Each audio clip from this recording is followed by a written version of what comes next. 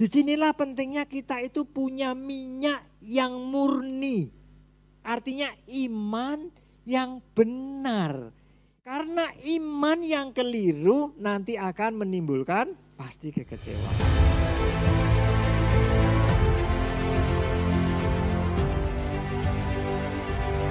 Ibrani 11 ayat 1 dikatakan begini. Iman adalah dasar dari segala sesuatu yang kita harapkan. Jadi kalau kita mau punya pengharapan, itu kita harus punya iman dulu. Kita punya pengenalan akan Tuhan dan kita menyerahkan hidup kita, mempercayakan hidup kita kepada Tuhan. Baru punya pengharapan. Saya gambarkan iman dan pengharapan itu seperti lampu minyak. Iman itu seperti minyaknya Bapak Ibu. Selama ada minyak, pasti lampu ini bisa nyala. Kalau minyaknya ini, taruh kata, kecampur air hujan, bisa nyala enggak? Nah, disinilah pentingnya kita itu punya minyak yang murni. Artinya iman yang benar. Iman yang sesuai dengan apa yang disampaikan oleh firman Tuhan. Supaya kita punya pengharapan, kita harus punya iman yang benar. Karena iman yang keliru nanti akan menimbulkan pasti kekecewaan.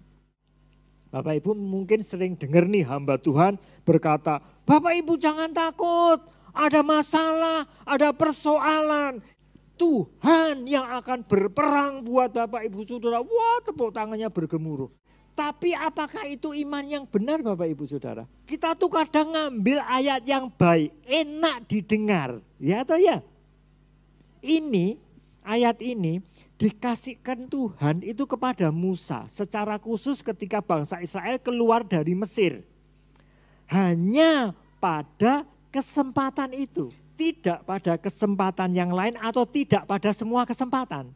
Pada kesempatan yang lain kalau Bapak Ibu baca selanjutnya.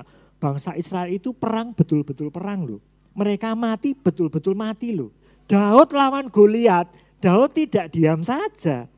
Daud betul-betul maju dan bertempur sama Goliat. Yuk Bapak Ibu, minggu depan kita ibadahnya di Tawangmangu, pindah semua ke sana.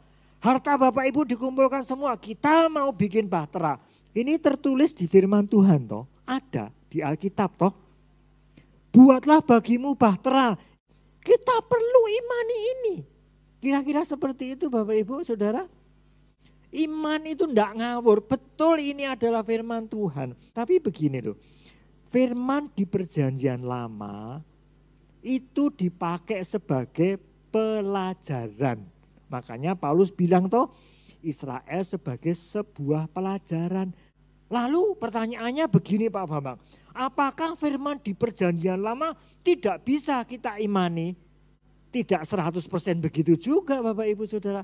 Meskipun itu firmannya ada di perjanjian lama. Tetapi itu ditaruh secara khusus sama Tuhan. Menjadi impresi di dalam roh. Imani saja tidak apa-apa. Sebaliknya. Ketika saya bilang begini loh, Bapak Ibu kita harus percaya. Ketika Tuhan Yesus sendiri yang bilang begini ya, aku datang untuk memberikan hidup dan aku datang untuk memberikan kelimpahan. Itu boleh kita imani enggak? Bukan saja boleh tetapi harus.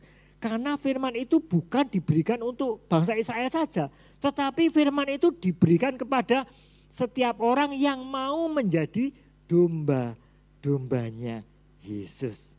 Kenapa iman yang benar penting supaya memberikan pengharapan yang benar? Karena begini Bapak Ibu, pengharapan yang benar itu dikatakan seperti sauh, jangkar yang kuat gitu. Ketika kapal punya jangkar tertanam dengan kuat, dia tidak mudah terombang ambing. Sama ketika iman kita benar, bertumbuh dengan baik, kemudian pengharapan kita tumbuh dengan baik. Bapak Ibu, kita tuh tidak perlu khawatir akan hari depan kita. Kita tuh tidak akan goncang ketika ada masalah.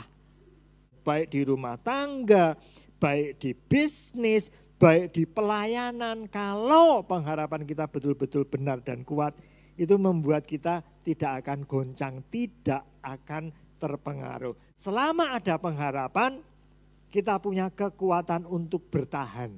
Selama ada pengharapan, kita punya keberanian untuk melangkah maju. Orang yang punya pengharapan pasti ada semangat.